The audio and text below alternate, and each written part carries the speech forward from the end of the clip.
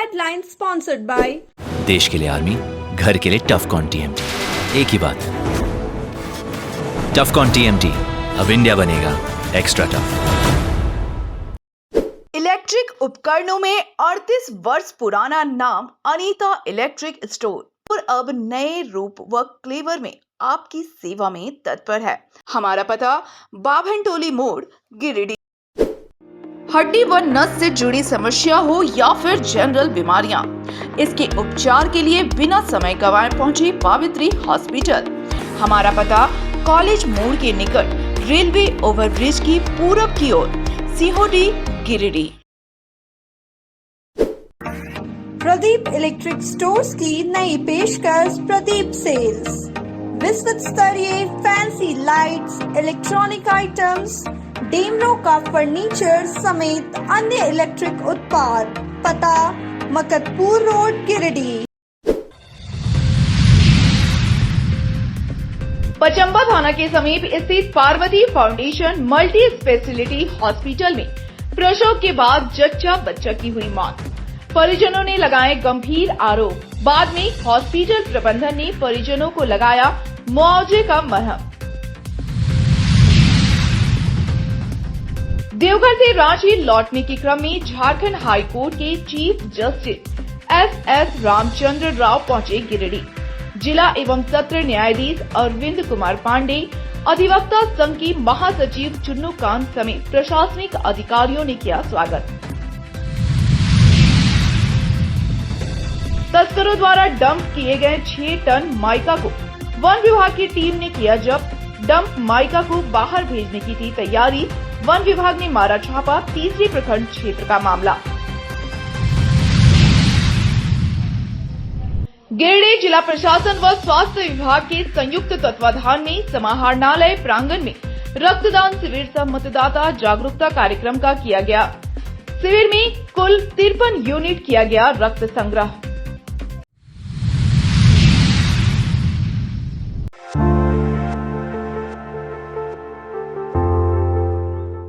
चुनाव की घोषणा के बाद तमाम अटकलों और चर्चाओं के बीच आखिरकार भारतीय जनता पार्टी ने विधानसभा चुनाव को लेकर प्रत्याशियों की सूची जारी कर दी है।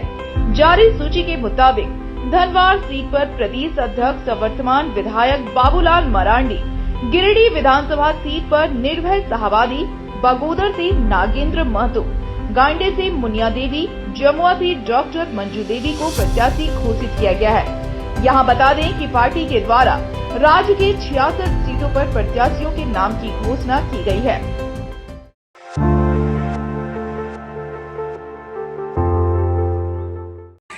पचंबा थाना के समीप स्थित Parvati foundation multi speciality hospital में डिलीवरी के बाद जच्चा बच्चा के मौत हो जाने की घटना सामने आई है। घटना को लेकर मृतक प्रसूता के परिजनों के हॉस्पिटल पर गंभीर आरोप लगाए हैं। मृतिका जमुआ थाना इलाके के भूपतडीह निवासी रंजीत कुमार यादव की 28 वर्षीय पत्नी कालिका देवी थी। घटना को लेकर मिली जानकारी के अनुसार मृतिका के पति रंजीत कुमार यादव ने किसी की बात में आकर अपनी गर्भवती पत्नी को प्रसव के लिए हॉस्पिटल में शुक्रवार की सुबह 10 बजे भर्ती किया था। परिजनों का आरोप है कि पहले तो हॉस्पिटल के द्वारा सब कुछ सही है कहकर नॉर्मल डिलीवरी का दावा किया गया। इसके बाद करीब 1 घंटे बीत जाने के बाद ऑपरेशन करने की बात कही गई। ऑपरेशन की बात को जब परिजन ने स्वीकार कर लिया तो फिर तैयारी की जाने लगी। इसके बाद उसे कुछ सुई लगाई गई। सुई लगाने के बाद से ही कालिका देवी की धड़कन तेज हो गई। इस दौरान फिर हॉस्पिटल में मौजूद कथित चिकित्सक के द्वारा ऑपरेशन से इनकार किया गया और फिर नॉर्मल डिलीवरी की बात कही गई। वहीं धड़कन बढ़ता देख परिजन उसे कहीं और ले जाना चाहे पर उन्हें जाने नहीं दिया गया। इसके बाद कथित चिकित्सक मौके से गायब हो गए। फिर बगैर चिकित्सक के करीब 1:30 बजे डिलीवरी हुई। इस दौरान नवजात का दम घुटने लगा और उसे ऑक्सीजन लगाया गया, लेकिन उस समय भी दूसरे जगह रेफर नहीं किया गया। इस दौरान आधे घंटे में नवजात की मौत हो गई और प्रसूता की धड़कन बढ़ी ही रही। नवजात के मौत के बाद परिजन उसे लेकर जाना चाहे, लेकिन हड़बड़ाने की बात नहीं है कहकर वहीं रखा गया। इसके बाद प्रसूता का पेट फूलने लगा। परिजन हड़बड़ाए मगर हॉस्पिटल में कोई चिकित्सक नहीं था। इस दौरान कंपाउंडर के द्वारा दवा सुई दी गई, लेकिन प्रसूता की स्थिति बिगड़ गई। तब उसे रेफर की बात कही गई, लेकिन कुछ ही मिनट में उसकी भी मौत हो गई। इसके बाद हॉस्पिटल में मौजूद सभी लोग अन्य पेशेंट को भी छोड़कर भाग निकले। इधर घटना की सूचना पर पचम्बा थाना पुलिस मौके पर पहुंची और मामले की पड़ताल में जुट गई। मिली जानकारी के अनुसार अस्पताल संचालक पचम्बा थाना पहुंचे और फिर समझौता करके 8 लाख मुआवजा पर दोनों पक्ष में सहमति बनी।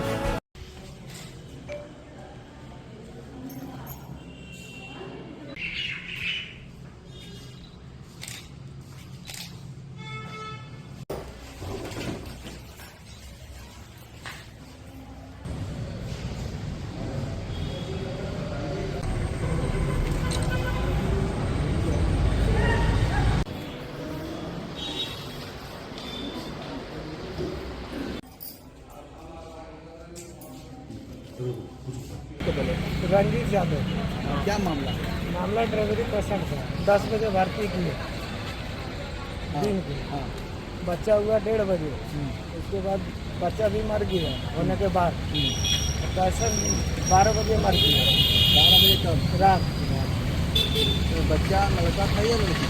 बच्चा लड़का। कौन हॉस्पिटल लाए थे? ये पार्वती हॉस्पिटल। कैसे लाए थे यहाँ? यहाँ फोन करके बुलाया है। कौन फोन करके बुलाया था? नाम मालूम नहीं। तो क्या हुआ? किसकी लापरवाही लग रही है इसमें? डॉक्टर। क्या हुआ था? तो मामला क्या है? मामला ड्राइवरी पेशेंट। तो क्या जच्चा बच्चा दोनों मर गया। अब क्या बताया डॉक्टर? फिर क्या बोला? डॉक्टर बोला ठीक है टेंशन मत लो। आका 12 बजे जवाब दे दिए।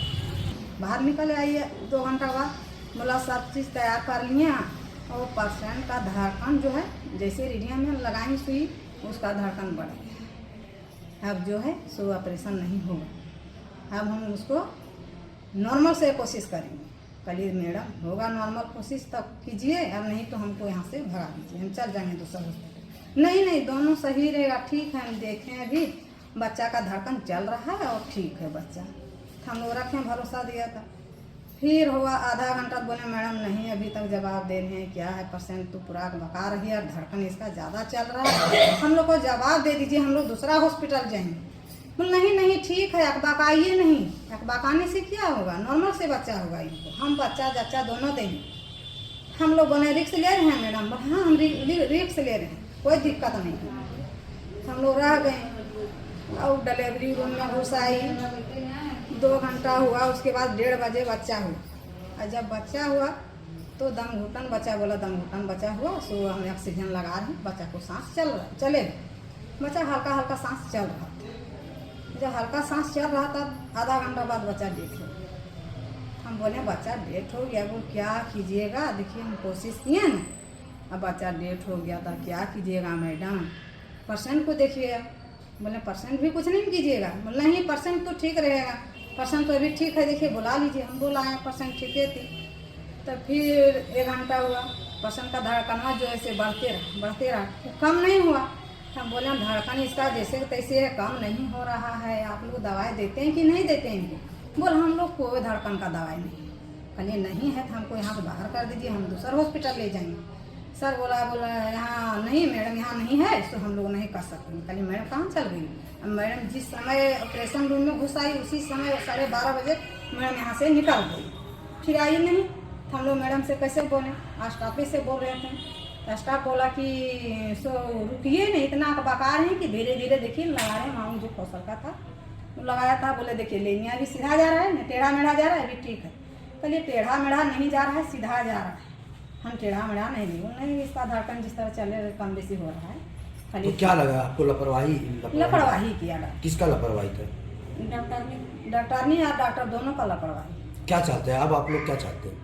हम लोग चाहते हैं जो इसका सही निर्णय वही कर दीजिए। अब तो इस हॉस्पिटल में कैसे आए आप? हम लोग इस हॉस्पिटल में आए हैं, जैसे जानकारी था, बोल नहीं जो उसका हस्बैंड था बोला गया इधर से कहीं बोला होगा, हम बाद में आए हैं, वो भर्ती कराए उसके बाद हम जाए। हम बोले यहाँ कैसे आ गए, वो देखा होगा तो लेके आया है। तो कौन सा हॉस्पिटल है ये? ये है पार्वती हॉस्पिटल।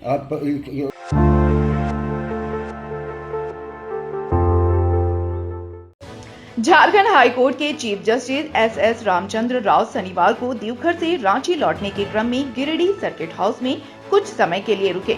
चीफ जस्टिस के गिरिडीह आगमन होने पर जिला एवं सत्र न्यायाधीश अरविंद कुमार पांडे, एसपी डॉक्टर विमल कुमार और अधिवक्ता संघ के महासचिव चुन्नू कांत ने चीफ जस्टिस को बुके देकर स्वागत किया। इस दौरान चीफ जस्टिस ने सर्किट हाउस में जिला एवं सत्र न्यायाधीश से बातचीत की और फिर कुछ समय के बाद रांची के लिए प्रस्थान कर गए।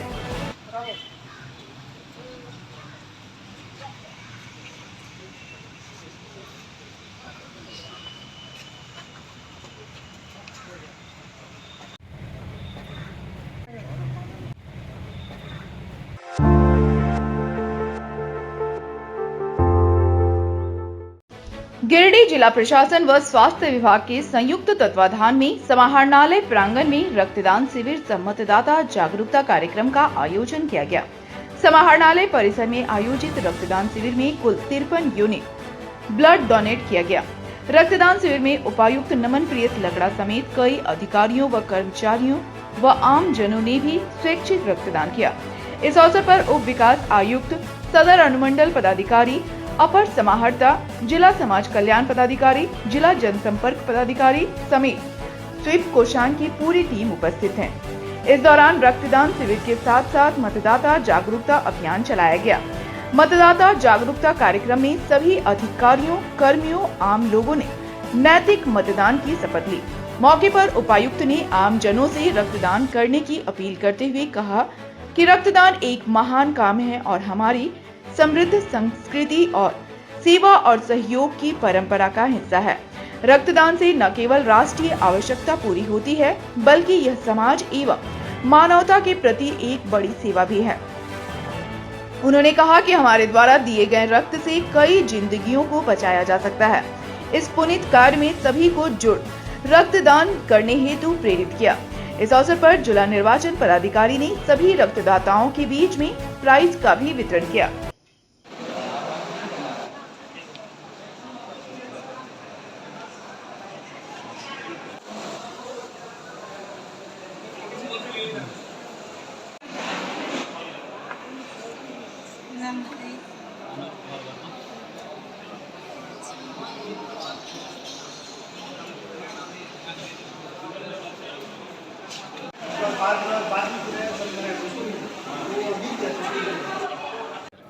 सभी को नमस्कार।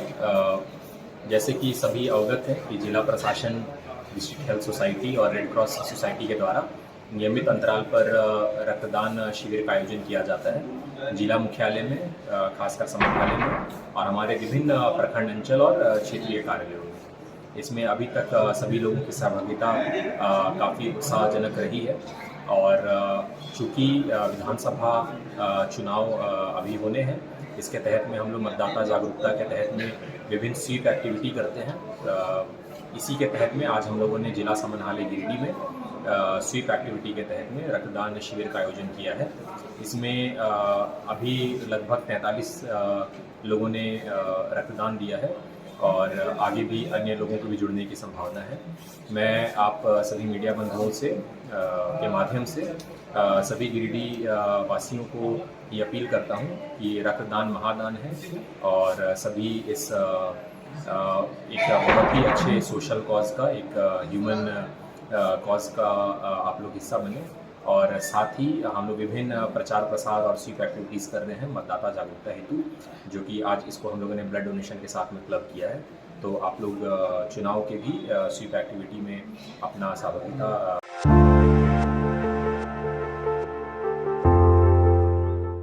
एम्बुलेंस चालकों को 3 महीने का बकाया मानदेय मिल जाने के बाद शनिवार को 5वें दिन हड़ताल समाप्त करने की घोषणा की गई। बता दें कि 108 एम्बुलेंस चालकों के हड़ताल पर रहने से मरीजों को भारी परेशानी हो रही थी। वहीं कई मरीज की मौत भी हो गई। हड़ताल समाप्त करने के साथ ही एम्बुलेंस चालकों ने पीएफ और वार्षिक मानदेय वृद्धि का भुगतान आचार संहिता के बीच कराने की मांग की है। इसके साथ ही बीमा लागू करने का भी मांग किया है। मौके पर महासंघ के नेता अशोक सिंह ने कहा कि एम्बुलेंस चालकों को बकाया मानदेय भुगतान कर दिया गया है। वहीं कुछ चालकों का वेतन नहीं आया है, जिसको लेकर विभाग को लिखा जाएगा।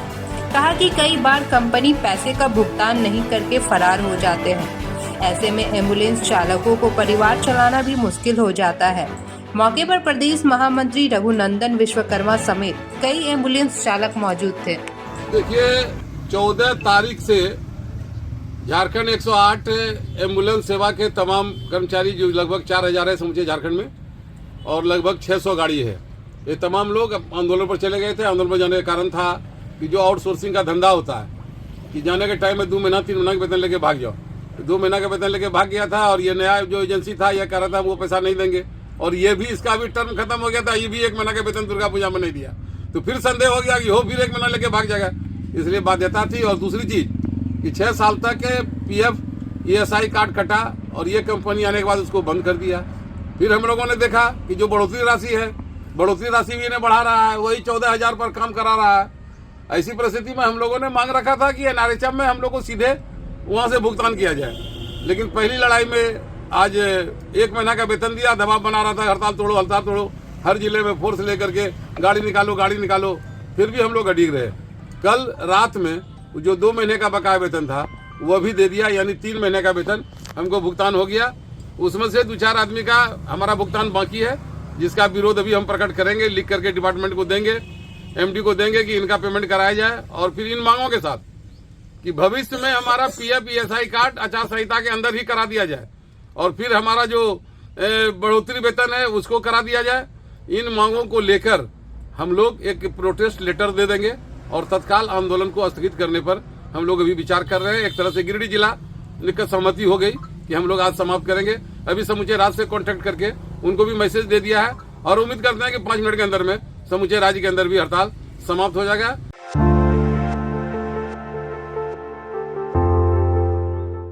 गिरिडीह शहर की गिरिडीह पचम्बा मुख्य मार्ग के बोड़ो स्थित बैद्यनाथ बजाज शोरूम में वर्ल्ड की पहली CNG बाइक फ्रीडम 125 लॉन्च किया गया।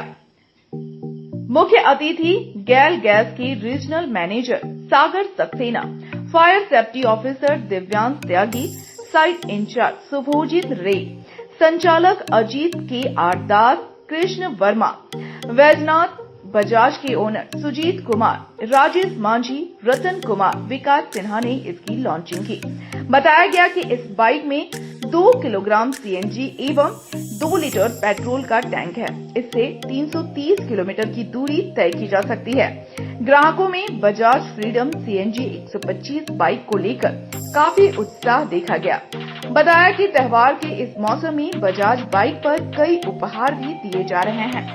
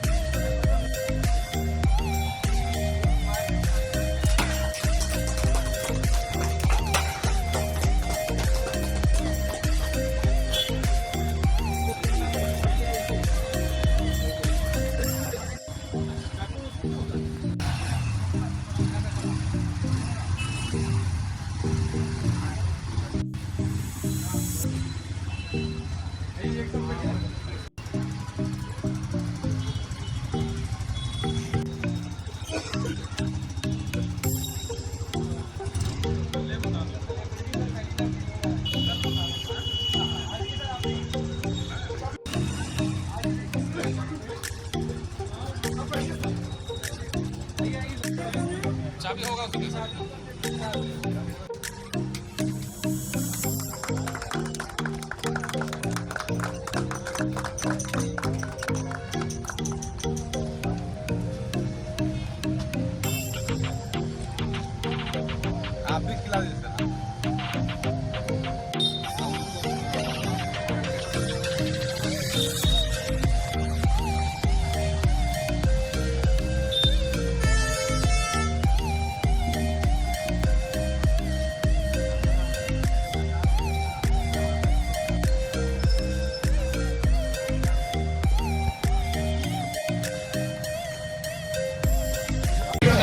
ये विश्व का जो है पहला सीएनजी बाइक है और अभी अभी लॉन्च हुआ है।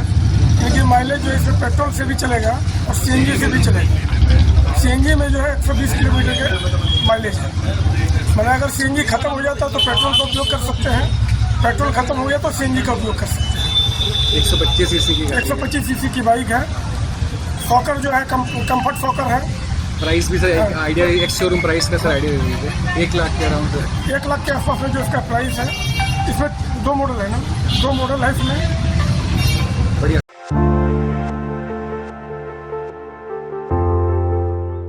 तीसरी प्रखंड क्षेत्र के दानो खुट्टा स्थित वन भूमि पर डंप किए गए लगभग 6 टन अवैध माइका को वन विभाग की टीम ने शनिवार की शाम जब्त किया है। जानकारी के अनुसार वन क्षेत्र पदाधिकारी अनिल कुमार को कथित माइका माफियाओं द्वारा दानो खुट्टा वन भूखंड से अवैध माइका निकालकर एक स्थान पर डंप किए जाने की गुप्त सूचना मिली थी। सूचना के आधार पर छापेमारी दल का गठन किया गया। तस्कर डंप किए गए माइका को बाहर भेजने की फिराक में थे कि वन विभाग ने छापा मार दिया। छापेमारी में कुल 6 टन माइका जब्त कर बीट कार्यालय तीसरी लाया गया। छापेमारी के पश्चात प्रभारी वनपाल अभिमित राज ने बताया कि इसमें संलिप्त अपराधियों की पहचान की जा रही है, जिसके बाद वनवाद दायर किया जाएगा। उन्होंने कहा कि इस प्रकार के वन अपराध को बिल्कुल भी बर्दाश्त नहीं किया जाएगा। आगे भी कार्रवाई जारी रहेगी। वन संपदा को लूटने वाले धंधेबाजों को बिल्कुल भी नहीं बख्शा जाएगा। छापेमारी में मुख्य रूप से प्रभारी वनपाल अभिमित राज, वन उप परिषद पदाधिकारी रंजित प्रभाकर, सूर्यकांत, अक्षय सिन्हा, रवीश कुमार, गौतम कुमार, शशि कुमार मौजूद थे।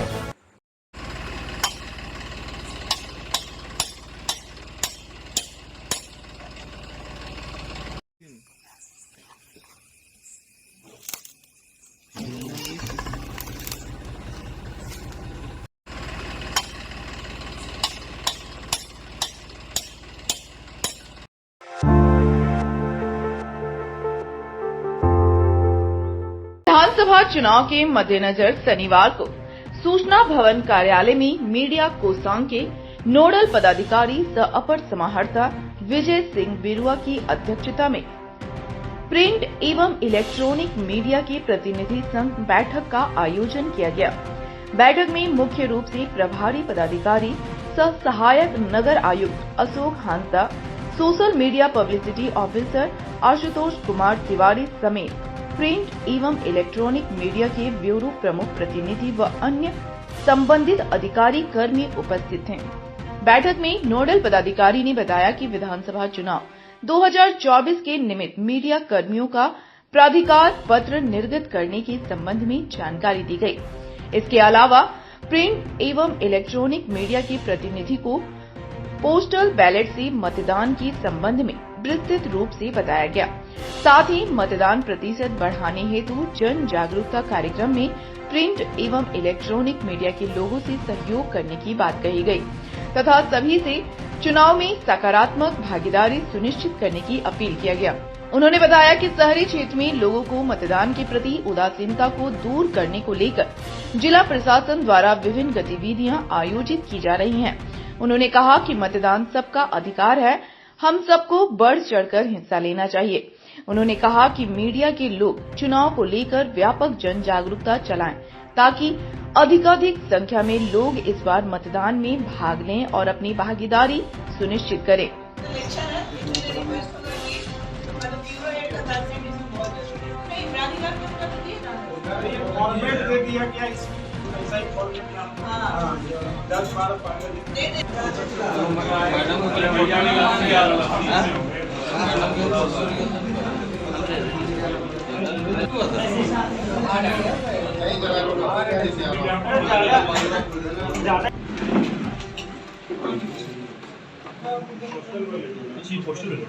वहीं जिले के विभिन्न प्रिंटिंग प्रेस संचालकों, केबल ऑपरेटर्स के साथ भी बैठक की गई। मौके पर मीडिया कोषांग सह अपर समाहर्ता ने कहा कि चुनाव से संबंधित पोस्टर, बैनर, हैंडबिल इत्यादि के प्रकाशन में भारत निर्वाचन आयोग द्वारा प्रकाशित चुनाव व्यय अनुश्रवण का अनुपालन करने का निर्देश दिया गया।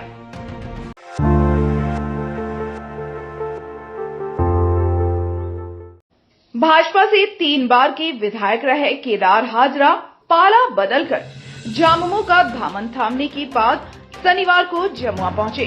केदार हाजरा के जमुआ पहुंचते ही उनके समर्थकों ने हेमंत सोरेन जिंदाबाद का नारा लगाते हुए जोरदार स्वागत किया। विधायक केदार हाजरा के समर्थकों के साथ साथ जमुआ प्रखंड के झामुमो कार्यकर्ता भी इस स्वागत कार्यक्रम में शामिल हुए और फूल माला पहनाकर झामुमो पार्टी में आने पर उनको बधाई दी। इस दौरान केदार हाजरा ने कहा कि वह झामुमो में जाकर काफी खुश हैं। उन्होंने कहा कि जमुआ विधानसभा क्षेत्र के विकास के लिए पाला बदलकर झामुमो का दामन थामा है। जमुआ का संपूर्ण विकास करना ही उनका एकमात्र मकसद रह गया है। केदार हाजरा विधायक जी, कैसा लग रहा है झारखंड मुक्ति मोर्चा में शामिल होने के बाद? अच्छा लग रहा है, अच्छा नेतृत्व है और विकास करना मेरा मकसद है। मैंने पहले ही कहा है लक्ष्मण भाई कि एक ही लक्ष्य मेरा है, विकास करना और विकास करना हमारा लक्ष्य है और विकास करने के लिए मैं यहाँ पर आया हूँ। निश्चित तौर पर हम के साथ मिलकर के झारखंड का उन्नति करेंगे, झारखंड के नए निर्माण में हम लोग सहयोग करेंगे। दलित आदिवासी मिल करके नए झारखंड का निर्माण। धन्यवाद। तो ये विधायक थे केदार हाजरा।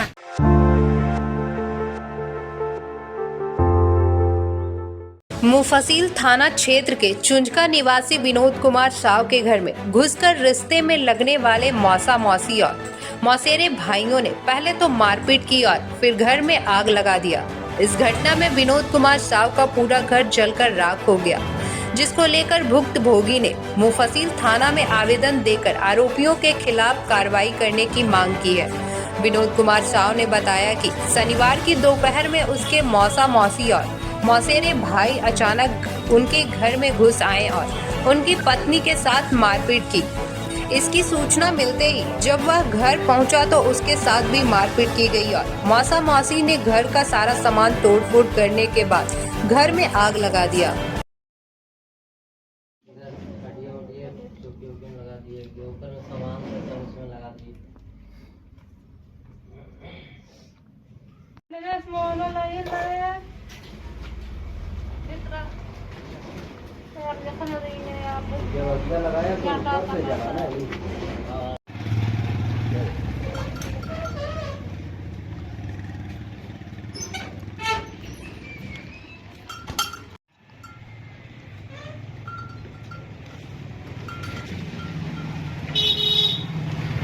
बताओ